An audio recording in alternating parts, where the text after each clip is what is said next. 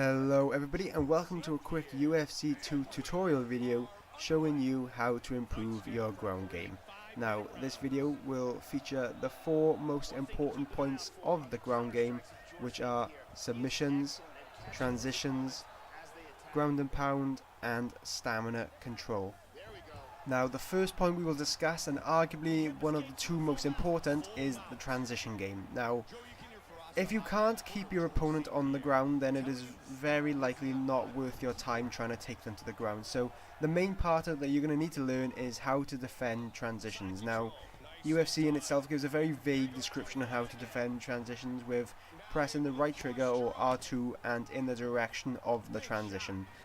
This system in itself is very confusing because although you may think that you are pushing in the direction of the transition, it doesn't always come off that way and can lead you feeling quite aggravated when you are pretty sure you've denied the transition and they are still improving their position. So the advice I'm going to give to you is just practice, practice, practice. The only way you can get used to it is finding out the tells of the transition. Now from a position like the mount, if he puts his hands on your left knee on the right side of the screen, that is a hold R2 and push to the right. If he puts his hands on your left knee, on your right knee on the left side of the screen, then once again that is a transition to the left. Now there is no online guide that shows you every single animation for the transitions and how to block them, so which is why it's so important just to practice.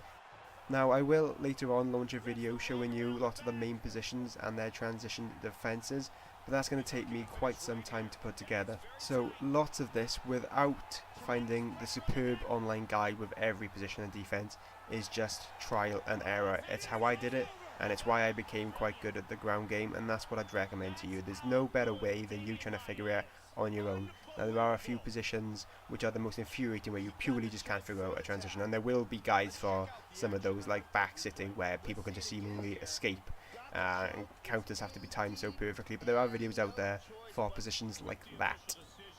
Now with that in mind, we're going to move on to our second point, which is stamina. Now stamina is arguably the other of the 2 most important points in the ground game. Now this is very important because if you go to the ground with no stamina, if you are on the bottom, you won't be able to escape. If you are on the top, your opponent will transition and transition until they are in the better position. Or alternatively, they may go straight for the submission and your no stamina will make it an easy win. So you need to do everything in moderation. Do not go all out at any point. Do not spam transitions and do not spam strikes, because that is an easy way to leave yourself gassed and you will get KO'd.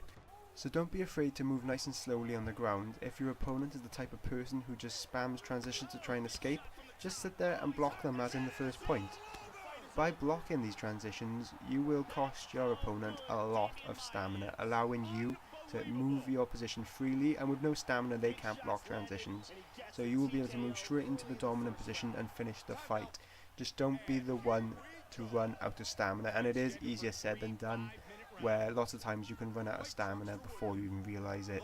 You may have over-exerted yourself on the takedown beforehand, or it may just be it's late in the fight and your fighter is absolutely done and every single move you do automatically depletes you. So just keep looking up at that stamina bar to make sure that you aren't running low. If you are running low, it may be in your best interest just to stop striking, stop transitioning. If he keeps transitioning while your stamina is low, depending on the position, it may be in your best interest to allow him to, because he will be using up all his stamina in that time and you will be regaining it using none, which probably means if he isn't very good, he's probably going to use up all his stamina at once while you're maxing back out, and then you will transition back on top of him and it will go easy from there. Now the third point is ground and pound. Now this is, as I played many online games, this is the way lots of newcomers to the game get KO'd the easiest. They don't know how to defend themselves from ground and pound. So here I'm going to give you some tips for attack and defense in the ground and pound positions. So starting with attack, the first thing you're going to want to do when you go to posture up is not throw a strong strike, because depending on your opponent, they may be able to transition out before that first strike ever lands. So what you want to do when you posture up is immediately just land a basic strike, hit square or hit triangle, and that will, if your opponents try the transition, immediately block that transition. Then depending on the type of fighter they are, they'll either immediately go to cover up, which would be the smart move, Or if they keep trying to go for the transition, you will get a nice easy KO victory while you hammer them with either easy shots, or you may want to drop some hammer fists or something like that. But if they go straight back for the transition and don't cover up, you're going to be able to get the win there nice and simply. Now what you're going to want to do if you posture up and your opponent just blocks straight away is just take a second, regain your stamina, try and get up to full stamina, and then slowly but surely just break your opponent's guard. Now every time you land a strike, you're going to be doing damage to their hands, to their arms, which will make their guard eventually break, allowing you to land clean strikes upon their head. If they're just going to lie there and block, don't overexert yourself. Don't just go punch, punch, punch, punch, punch, punch, punch, punch. Go punch, pause, punch, pause, punch, punch, pause. You know, keep taking breaks and keep mixing up your hands, because you don't want to get countered and end up getting your arm trapped. So just keep mixing up which hand you're using to punch, nice and slow, breaking down their guard. The more and more you try this, the more you will get a feel for it. Now once you've managed to dominate your opponent with a TKO victory 3 or 4 times, you'll start to get the timings down. And good ground and pound can get you up to Division 5 before you even know it. There's so many players out there who just have absolutely no idea what to do on the ground. That ground and pound makes it such an easy way. Just get into top mount, posture up, and just land those hammer fists. But now on the other end of the tail, if you were on the ground with your opponent on the mount, they're just about to posture up, the first thing you want to do is immediately block. Now as soon as they posture up, block your face, and then as soon as that block lands, transition out of that position. Now you can try and be a bit more flashy and go for the arm trap, but if you mess up you will get punched in the face, so I really wouldn't recommend making a habit of it. So just block up, don't transition, block that first strike, then transition. And the same goes for perhaps if your opponent's in your guard and is postured up. The only difference would be that they'll tend to mix strikes to the body and the head. Now this can be quite a delicate time. You need to block those strikes. If you're lying there only blocking your head and they're just smashing you in the stomach, you will get TKO'd once again. So try and judge where that first strike's going to land. If he's going for the body, which lots of people usually do at the higher level, they'll go for their first strike straight into the midsection, block low, cover up, then immediately transition out. Now on the final topic of submissions, submissions are great for a couple of things. One, they can make such an unexpected end to a fight. You can be getting your ass kicked, take your opponent to the ground and get a surprise submission victory. There is no better feeling or no worse feeling if you are getting submitted while winning. But there are, as all things within the game, a few things you need to remember. Number one being, of course, stamina. In order to fulfill a submission, you really need to have more stamina than your opponent as a basic rule. And if you are defending, if you have no stamina, then it's going to be damn near impossible to escape. So, of course, good stamina control can go a really long way.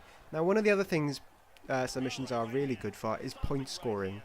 If you are firing off submissions on the ground and you're keeping your opponent on the ground, constantly trying to submit him, that scores a lot of points in the eyes of the judges. And if it does go to the 3-round decision, then you can be thankful that you should be able to get the win if you were firing submissions and your opponent was not. But actually, as for finishing the submission itself, I have no advice for you. Now, the only real way is just to preempt your opponent's moves and just get good. Now, I know that is not the most helpful advice, but it is the only thing I can really say. There is no technique to finishing submissions, because if your opponent is just good at defending submissions, then they are good at defending submissions. There's nothing you can do about that. You just have to be better.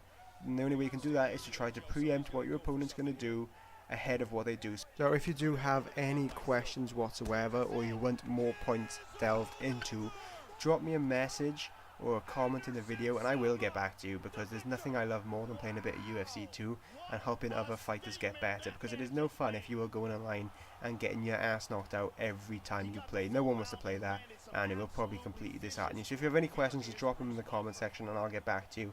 I hope this was amusing and or helpful in some way, so I enjoyed seeing you in the next video.